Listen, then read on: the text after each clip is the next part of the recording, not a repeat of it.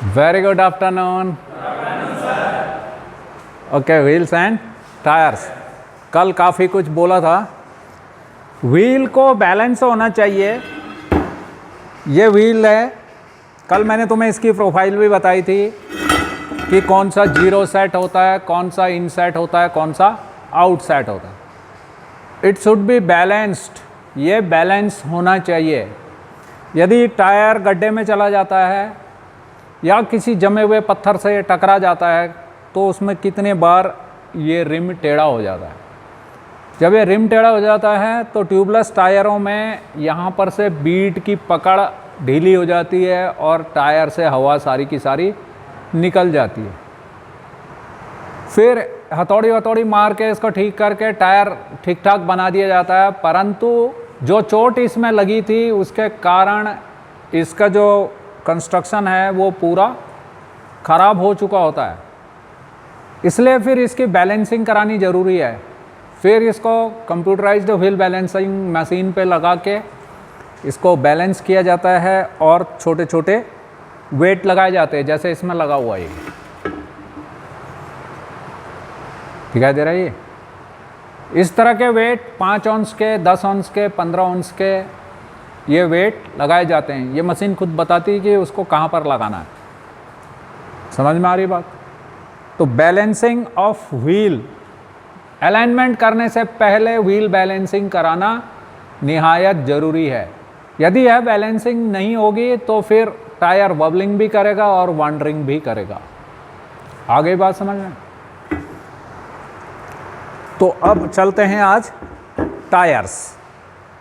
Tyres और wheel मिलकर एक असेंबली बनाते हैं जो पूरे ऑटोमोबाइल के भार को सपोर्ट करते हैं। भार इनमें नहीं होता है बल्कि ये खाली सपोर्ट करते हैं। अपने घरों में कैंटिलीवर बीम निकाल देते हो ऐसे लॉबी बनाने के लिए या बालकोनी बनाने के लिए, फिर इसे सपोर्ट करने के लिए एक पिलर होता है। सेम टायर है ये। टायर ये पिलर की तरह कार्य कर रहा है। और जो एक्सल जहाँ पर लोड दिया हुआ है, जहाँ पर लीफ स्प्रिंग है, कॉयल स्प्रिंग है या एयर स्प्रिंग है, यहाँ पर लोड है। और यहाँ से यहाँ तक ये खाली एक जो स्टब एक्सल है वह एक कैंटिलीवर बीम है और वो सपोर्टेड बाय टायर। तो टायर अकेला नहीं है, टायर ये अलग चीज़ है। टायर रबर और अदर मटेरियल का बना हुआ है।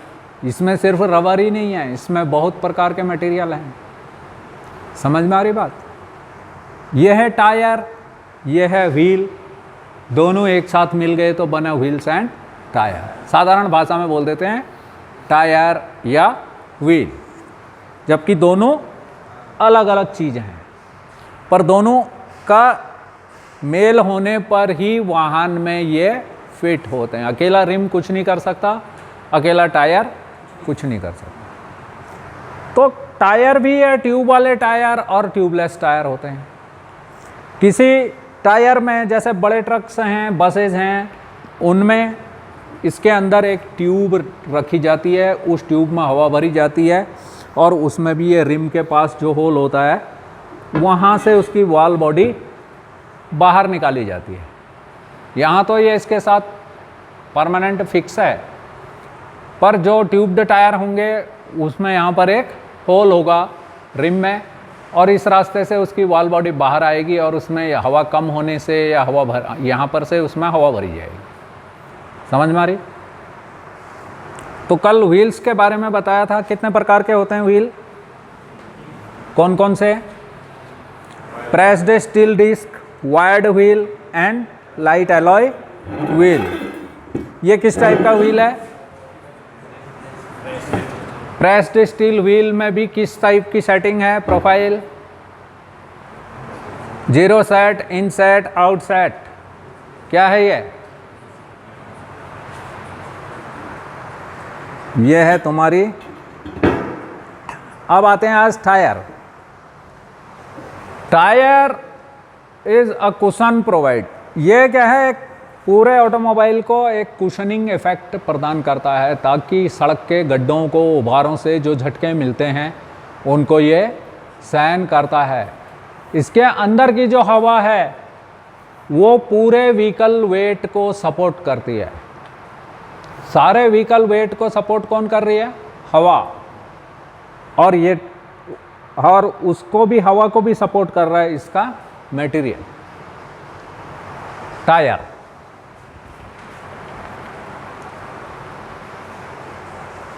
जो टायर के फंक्शंस हैं उसमें मेन है to support the vehicle load.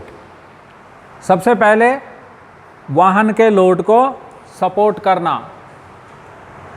To provide cushioning effect, automobile को एक कुशनिंग इफेक्ट प्रदान करना। जब टायर में हवा भरी रहती है, गाड़ी लोड होती है, चाहे खाली गाड़ी भी है, तो टायर थोड़ा सा दबा हुआ सा रहता है, विरूपित होता है वहाँ पर। कॉन्टैक्ट पैच पर ये टायर सीधा ऐसा नहीं होता, बल्कि यहाँ पर थोड़ा सा इस तरह से ये दबा हुआ होता है। To provide cushion against shocks, to transmit driving and braking force to the road. जो भी टॉर्क है, ड्राइविंग टॉर्क है या फिर ब्रेक फोर्स उसको रोकने के लिए दिया जा रहा है, उसको ये क्या कर रहा है? सड़क को ट्रांसमिट कर रहा है। तब सड़क के साथ जो ग्रिप बन रही है, तभी यह टायर आगे को रोल कर रहा है। और जब ट्रक के साथ जब ब्रेक फोर्स दिया जा रहा है, तो यह घूमते हुए टायर को रोक भी रहा है और सड़क के साथ उसकी पकड़ भी मजबूत बना रहा है, ताकि व्हील स्किड ना करे, व्हीकल स्किड ना करे। To provide cornering power for smooth steering, इसमें यह विरूपण होना जरूरी है। इसी विरूपण के कारण लेटरल फोर्स जनरेट होती है, जो कि एक कॉर्नरिंग फोर्स को पैदा करता है, जो स्टीयरिंग को कंट्रोल करने में डायरेक्शनल स्टेबिलिटी के लिए बहुत ही मददगार साबित होता है। तो ये कार्य हैं टायर के। सबसे पहला, to support the vehicle load, to provide cushion against shocks, to transmit driving and braking force to the road, and to provide cornering power for smooth steering. अब इतने सारे इसने काम करने हैं। इसने ड्राइविंग टॉर्क भी ट्रांसमिट करना है, ब्रेकिंग फोर्स भी ट्रांसमिट करना है, कुशनिंग इफेक्ट भी देना है और कॉर्नरिंग फोर्स भी पैदा करना है। तो इसके अंदर कुछ गुण होने चाहिए जो डिजायरेबल हैं, जो वांछनीय हैं। इसके अंदर जो गुण होने चाहिए उसमें सबसे पहला है नॉन स्किडिंग। स्किडिंग का मतलब क्या है? जब पहिया घूमना तो बंद हो जा रहा है और पर वाहन अनियंत्रित होकर चलता ही रह रहा है। वो आगे को भी स्किड कर सकता है, वो लेफ्ट राइट कहीं को भी स्किड कर सकता है, जिससे दुर्घटना की संभावनाएं बढ़ जाती हैं। समझ में आ रही बात? उसके अलावा ये समान रूप से घिसना चाहिए, यूनिफॉर्म वियर। ये नहीं कि यहाँ पर घिस गया, ये तो काटा है तुम्हें दिखाने के लिए, यहाँ पर घिस गया, इधर पर ट्रेड वैसा ही है, फिर घिस गया, ट्रेड वैसा ही है, कहीं पर ही गंजा हो गया और कहीं पर ही ट्रेड वैसा ही है। या अंदर की तरफ खा रहा है, बाहर की तरफ खा रहा है, बीच में ज़्यादा खा रहा है। ये कई एक तो स्टीयरिंग ज्योमेट्री में जो एंगल हैं उनकी खराबी के कारण तो वो करेगा ही करेगा ऐसा। पर साधारण तौर पर इसे वियर रेजिस्टेंस होना चाहिए, और जो भी वियर हो, जो भी घिसावट हो, वो यूनिफॉर्म हो, सब जगह एक समान हो। यदि toe in, toe out, camber, caster, kingpin inclination, everything is correct, तो इसकी ट्रेड वियर भी यूनिफॉर्म होनी चाहिए। जब हम ट्रेड इंडिकेटर डाल के इसकी मोटाई नापेंगे तो ये नहीं होना चाहिए कहीं पर ही गहराई 5 mm है और कहीं पर ही गहराई 3 mm है, कहीं पर ही 1 mm। ऐसा नहीं होना चाहिए। इसकी पूरी परिधि में जो ट्रेड की गहराई है वो समान होनी चाहिए।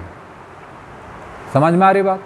ट्रेड जैसे जैसे घिसते चले जाएंगे, टायर की लाइफ जैसी हो जाएगी, जितना माइलेज वो कवर कर चुका होगा, तो ये इसकी जो गहराई है, ट्रेड की गहराई है, वह कम होती चली जाएगी। इसको मापने के लिए एक ट्रेड वियर इंडिकेटर होता है, वो तो हम कोई भी स्टील रूल डाल के भी इसको माप सकते हैं। समझ में आ रही?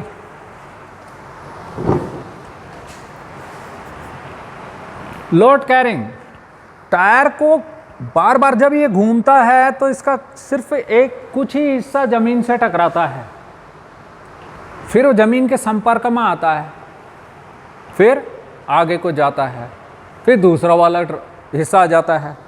अभी ये इस तरह से है, अब ये चल रहा है तो ये दूसरा वाला हिस्सा आ गया, फिर तीसरा चौथा, जब ऐसे ऐसे चलता रहेगा तो ये धीरे धीरे एक के बाद एक ट्रेड ब्लॉक्स ज़मीन के साथ टकराते हैं और पूरे वाहन का भार लेते हैं, फिर निकल जाते हैं। समझ में आ रही बात? तो इनमें पूरे में लोड कैरिंग कैपेसिटी होनी चाहिए। कुशनिंग, इसमें पर्याप्त दबाव को सहन करने की क्षमता होनी चाहिए, झटकों को सहन करने की क्षमता होनी चाहिए। पावर कंजम्पशन, जब ये पहिया घूमता है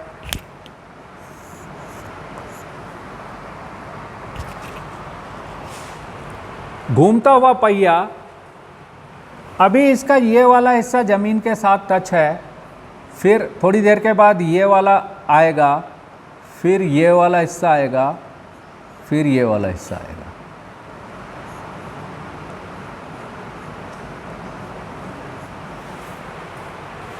रबर के अंदर मैंने तुम्हें कई बार इस डायग्राम को बनाया है। जब हम किसी स्प्रिंग को खींचते हैं या दबाते हैं तो उसके अंदर जो स्टोर एनर्जी है उसको हम रिलीज करते हैं जब तो वो सेम पाथ को फॉलो करती है। परंतु रबर के साथ ऐसा नहीं होता है। रबर को जब दबाया जाता है या खींचा जाता है और उसके बाद छोड़ा जाता है तो ये सेम रास्ते से नहीं आता, बल्कि ये थोड़ा सा दूसरे रास्ते का प्रयोग कर लेता है। तो ये जो लॉस है इसे कहते हैं हिस्टैरिसीस लॉस।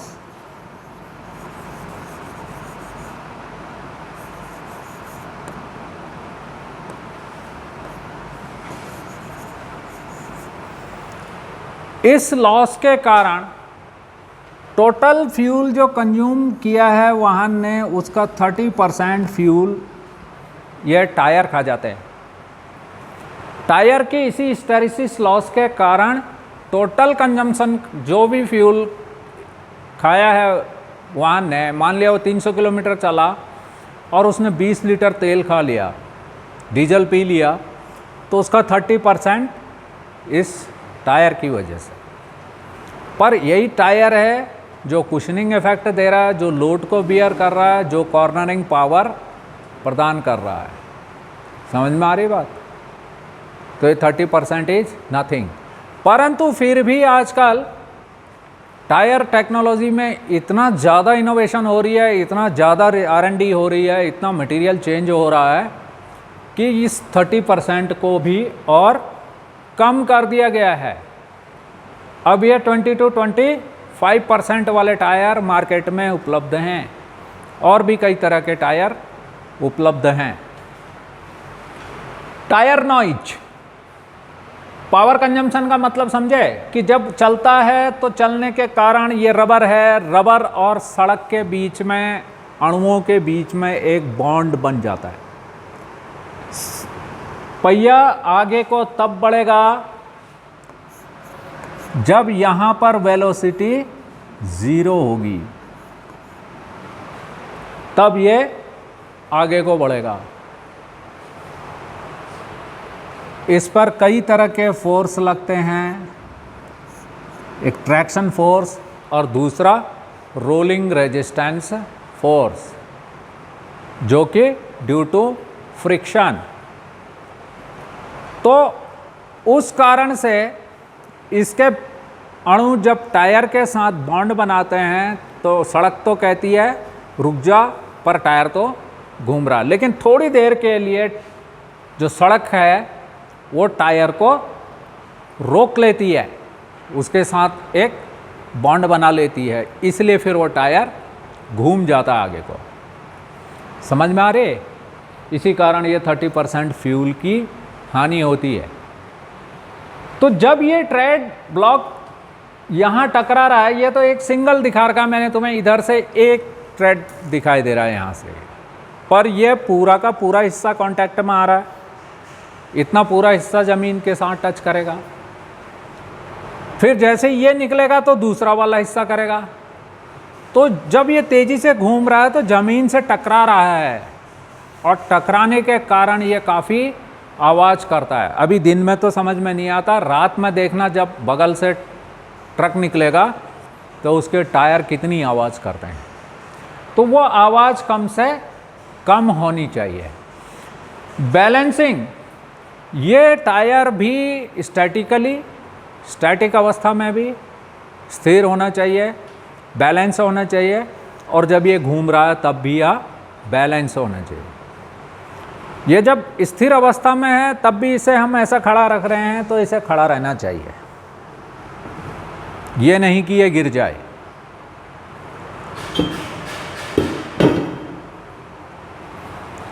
और जब ये चल रहा है तब भी ये बैलेंस रहना चाहिए, ताकि ये किसी चलने में किसी तरह की ना वॉन्डरिंग हो ना वॉबलिंग हो। समझ में आ रही बात? तो इस तरह से ये टायरों में वांछनीय गुण हैं। अब टायरों के प्रकार हैं, tyre tubed tyre and tubeless tyre. इसके अलावा कंस्ट्रक्शन के हिसाब से cross ply and radial ply. फिर according to which use all season tyre, snow tyre, summer tyre, और भी कई तरह के। और भी एक होता है run flat tyre, self inflating tyre, many types of tyres. अभी उन सब पर बात करने का टाइम नहीं रहा है, अभी जो बेसिक चीज़ें हैं उसकी तरफ ध्यान दो। यहाँ पर ये टायर में कुछ नंबर लिखा रहता है, चौक कहाँ गिरे यहाँ से, क्या लिखा है इसमें?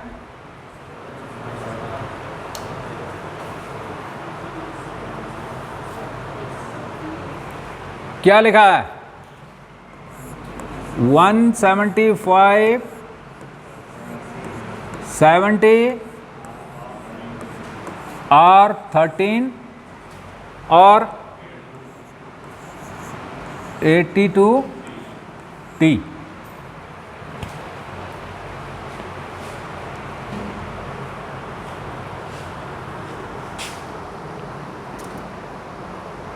इसको मैंने तुम्हें जब कल भी बोला था और भी कई बार बोला कि जो टायर इंडस्ट्री है इसमें दोनों डायमेंशन चलती है, मीट्रिक वाली या एसआई यूनिट भी चलती है, और एफपीएस सिस्टम का जो इंचेज हैं वो भी चलते हैं, फुट पाउंड वाले। टायरों में हवा पाउंड में भी भरी जाती है, किलो पास्कल में भी भरी जाती है, यानी पीएसआई में भी होती है, केपीए में भी होती है, और केजी पर सेंटीमीटर स्क्वायर में भी होती है। समझ में आ रही? तो यहाँ पर जो 175 है, ये फर्स्ट लेटर बताता है कि इस टायर की शोल्डर टू शोल्डर चौड़ाई कितनी है, विड्थ ऑफ द टायर। तो जो ये फर्स्ट लेटर है 175, ये क्या है? टायर विड्थ है। जो 70 है ये है आस्पेक्ट रेशियो। आस्पेक्ट रेशियो ये परसेंट में होता है, यानी ये 70% है। Are for radial,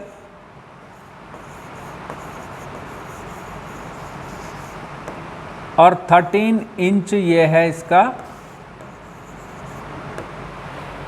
dia.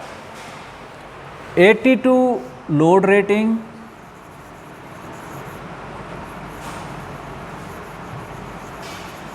ये चार्ट से पता चलेगी। टी स्पीड रेटिंग,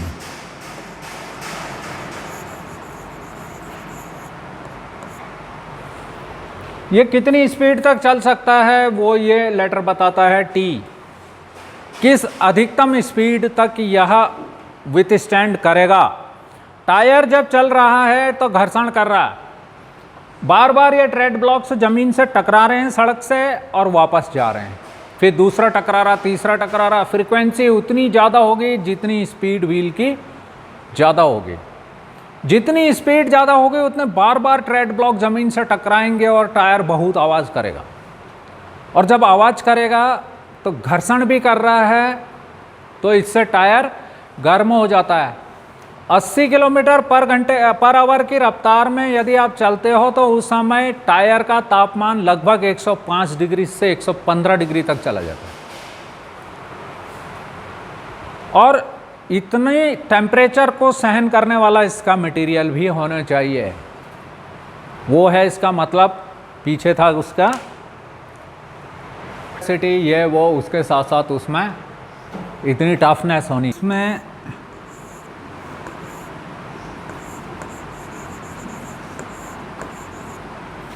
ये जो टी लेटर है ये अधिकतम 190 किलोमीटर पर आवर तक की स्पीड को सहन कर सकता है।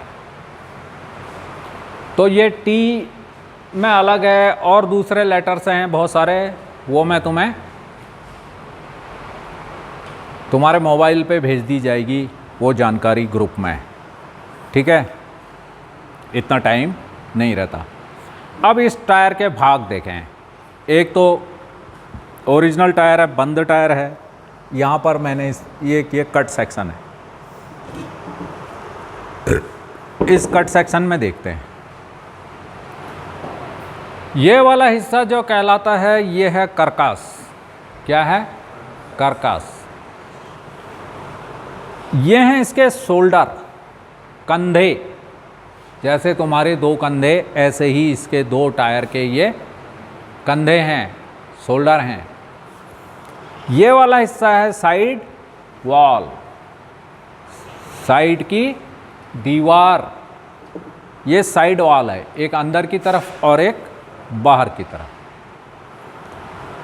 ये साइड वॉल कार्कस के साथ ही जुड़ी हुई है, बनी हुई है। अब ये सारी चीज़ें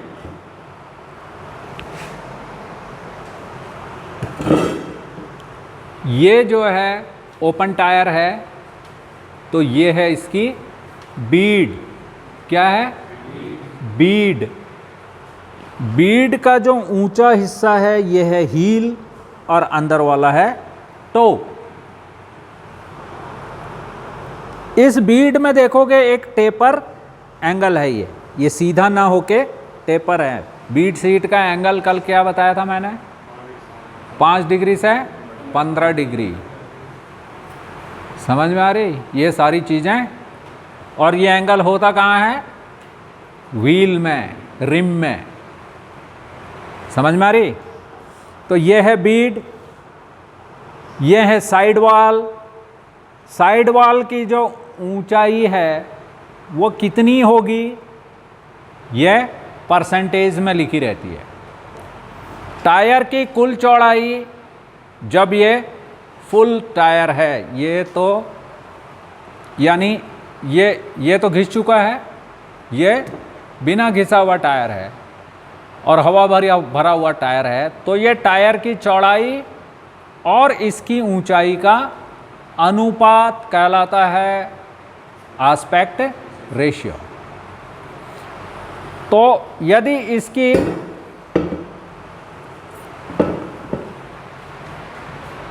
चौड़ाई है 175 और इसमें 70% आस्पेक्ट रेशियो है, तो आगे अभी तो नहीं आएगा इस तरह का क्वेश्चन, हो सकता है आगे जब आप एग्ज़ाम दो तो उस समय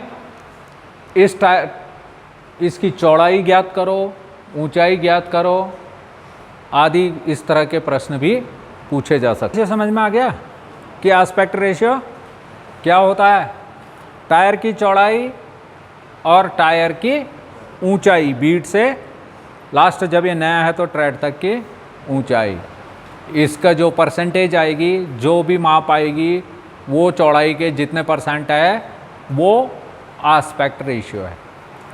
पहले माना जाता था कि एस्पेक्ट रेशियो ज़्यादा से ज़्यादा हो तो अच्छा कुशनिंग इफेक्ट मिलता है, बात सही है, लेकिन वाहन की राइड एंड हैंडलिंग में थोड़ा सा फ़र्क आ जाता है, फ्यूल इकोनॉमी में भी फ़र्क आ जाता है।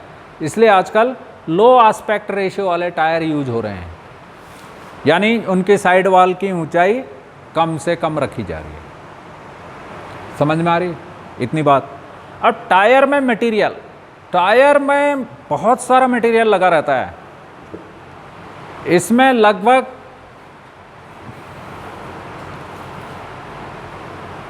Natural rubber, synthetic rubber, carbon black, polyester की कॉर्ड, कॉटन की कॉर्ड, रेयन की कॉर्ड। पहले नायलॉन भी यूज होता था, अब नायलॉन यूज नहीं होता, उसकी जगह पॉलिस्टर या पॉलीएमाइड, ये सब पेट्रोलियम प्रोडक्ट हैं, बाई प्रोडक्ट, और स्टील की बेल्टें। बीट के लिए ब्रॉन्ज कोटेड स्टील की तारें, बहुत पतली पतली तारों का गुच्छा। कैसे? ब्रॉन्ज कोटेड, जिनमें तांबे की कोटिंग दी गई है ताकि कोरोजन ना हो और इसकी टेंसाइल स्ट्रेंथ को बनाया जा सके। समझ में आ रही? ताकि जो भी दाब इसके ऊपर पड़ रहा है, इसने पूरे व्हीकल लोड को सपोर्ट करना है, कॉर्नरिंग में साइड थ्रस्ट को भी इसने सपोर्ट करना है, braking force and driving torque, हमेशा इसके ऊपर झटके ही पड़ने हैं। इसलिए जो इसमें मटेरियल यूज हो रहा है वो काफ़ी उच्च तान क्षमता यानी टेंसाइल स्ट्रेंथ उसकी काफ़ी हाई होती है। ये कर्कश का सबसे नीचे वाला हिस्सा रबर का है, फिर उसके ऊपर कैसे कैसे बुना है, पहले पॉलिस्टर की, फिर उसके बाद स्टील की, फिर पॉलिस्टर की, और फिर स्टील की। ये सब इसमें 1 ply polyester, 2 ply steel, then 1 ply polyester, और जो साइड वाल है यह भी पॉलिस्टर की। जो रेडियल टायर हैं इसमें ये जो एक्सल है इसके बीचों बीच लगेगा, उसी की दिशा में इस तरह से इनको बुना जाता है, पर इनको थोड़ा सा कोण दिया जाता है। जो स्टील की बेल्टें होती हैं, अब तो चौक का कोई काम नहीं,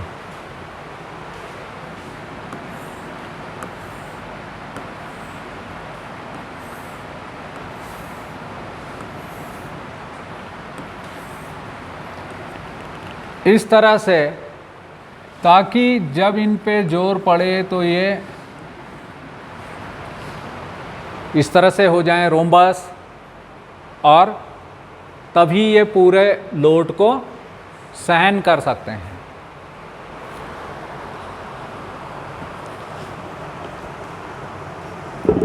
वो सारी चीज़ें जो भी प्लाईज हैं वो होती हैं यहाँ, ये दिखाई दे रही हैं। इसमें इस तरह से ये स्टील की बेल्ट गई हुई है, यूं यूं करके ये इस तरह से बनता है। तब ये लास्ट में जो सबसे ऊपर वाला हिस्सा है ये कहलाता है ट्रेड, यानी ये वाला हिस्सा ये कहलाता है ट्रेड। ये जो ऊपर वाला हिस्सा जो सड़क के साथ संपर्क में रहता है, इसी की इसकी ये जो गहराई है बीच में, ये ग्रुप्स दिए हुए हैं, ये ग्रुप्स पानी को हटाने का काम करते हैं। सड़क में जो भी पानी है वो इनके बीच से निकल जाता है, और ये जो साइड की साइड्स हैं इन रास्ते से ये थोड़ा अंदर की तरफ को और थोड़ा बाहर की तरफ को निकल जाता है। अगर ये ग्रुप नहीं होंगे और ये साइड्स नहीं होंगी तो फिर वाहन पानी में एक्वाप्लेन बन जाएगा। एक्वाप्लेन जो पानी के ऊपर चलने वाला, वो ऐसे ऐसे चलता रहेगा। सड़क के ऊपर एक्वाप्लेन बनने का मतलब क्या है? दुर्घटना। समझ में आ रही? तो इसको रोकने के लिए ये जो गहराई है वो रखी जाती है। और ये ग्रूव जितने कम कम दूरी पे होंगे, ये इस वाले टायर का अलग ट्रेड पैटर्न है और इस वाले टायर का अलग ट्रेड पैटर्न है। ये नालियाँ चाहे पतली हों मगर ज़्यादा होंगी तो अच्छी ग्रिप मिलेगी। और इसमें ये सिर्फ 2-3 ही हैं, यहीं एक ही साइड में है। ये इसमें पूरी परिधि में 1 2 3 4 नालियां हैं, तो इसकी पकड़ अच्छी रहेगी सड़क में, बरसात में भी, बर्फ़ में भी, ऑल वेदर हमेशा, बजाय कि इसके। लेकिन इसमें भी बहुत बढ़िया पैटर्न है। इसमें इस तरह से दिया हुआ है, ये जो पानी है वो यहाँ से निकल के इधर से सब बाहर निकल जाएगा। तो ये जो गहराई दे रखी है, इसका मतलब है कि जो सड़क पे पड़ा हुआ पानी है, लिक्विड है, वो सब निकल जाए और टायर की पकड़ सड़क के साथ बढ़िया ग्रिप मिले, नॉइज कम से कम मिले और लोड बियरिंग क्षमता ज़्यादा मिले, हर मौसम में टायर चलने योग्य रहे। इसी तरह से इसका जो डायमेंशन है वो अलग है। ये 145 है, यानी शोल्डर टू शोल्डर इसकी चौड़ाई है 145 मिलीमीटर, जैसे उसकी थी 175 मिलीमीटर, 175 मिलीमीटर। आस्पेक्ट रेशियो अलग हो सकता है, 145 70 ये भी रेडियल टायर है और 12 इंच इसका डाया है, यानी बीड टू बीड 12 इंच और शोल्डर टू शोल्डर 145 मिलीमीटर।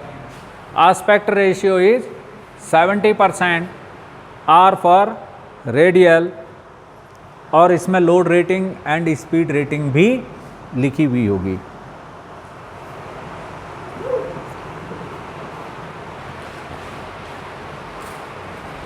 यहाँ पर मैंने कुछ चीज़ें लिखी हैं कि ये जो ट्रेड है, जो ये ट्रेड की गहराई है, यह कहलाती है non skid depth, NSD, non skid depth. ये होनी चाहिए 6.5 mm से अधिक, कम से कम 6.95 mm तो ये ट्रेडों की गहराई होनी चाहिए। और यदि यह घिस चुके हैं तो कारों में अगर 1.6 mm तक भी बचा हुआ है तो ये चल सकता है। अगर ये 1.6 mm से कम हो गया है तो फिर टायर को बदला जाएगा। उसी तरह से ट्रकों में 1 mm तक है, अगर 1 mm अब ये चले गए हैं, जब हम ये इसमें ट्रेड वियर गेज डालेंगे तो ये बता देगा ये कितना रह गया है। यदि यह 1.6 mm आ रहा है तब भी यह बदला जाएगा, और ट्रक में अगर ये 1 mm आ रहा है तो फिर ये बदलना ही पड़ेगा। वो तो पहले ही बदल देते हैं, ट्रक वाले उन्हें पहले ही बदल देते हैं, उन्हें मालूम है कि इसने इतना लंबा चलना है। वो बाद में लोकल वाले उसे पुराने टायर खरीद लेते हैं। इन टायरों में प्राकृतिक रबर नहीं प्रयोग की जाती, बहुत कम प्रयोग की जाती है, सिर्फ 18%। बाकी सिंथेटिक रबर रखी जाती है 31%। प्राकृतिक रबर का रंग सफ़ेद होता है। जब शुरू में टायर बने थे तो सफ़ेद, जो तुम्हारा इरेजर है ये जिससे तुम पेंसिल का लिखा हुआ मिटाते हो, देखते हो वो कागज़ में घिसते घिसते ही वो घिस जाता है, छोटा हो जाता है। तो जब सड़क पे चलेगा तो वो और भी छोटा हो जाएगा, उसमें घिसावट ज़्यादा होती है। इसलिए इसे लॉन्ग लाइफ बनाने के लिए प्राकृतिक रबर में, लेकिन और बहुत सारे गुण होते हैं उसमें। लेटरल फोर्स जनरेट वही करता है, उसी में लचीलापन होता है। तो natural rubber 18%, synthetic rubber 31%, Beed wire 4%, ये ब्रॉन्ज कोटेड स्टील वायर्स होती हैं।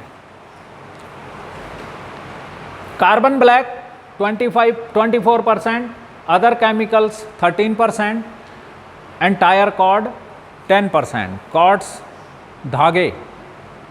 धागे पहले कॉटन के प्रयोग किए जाते थे, फिर उसके बाद रेयन के यूज किए जाने लगे, फिर नायलॉन के यूज किए जाने लगे।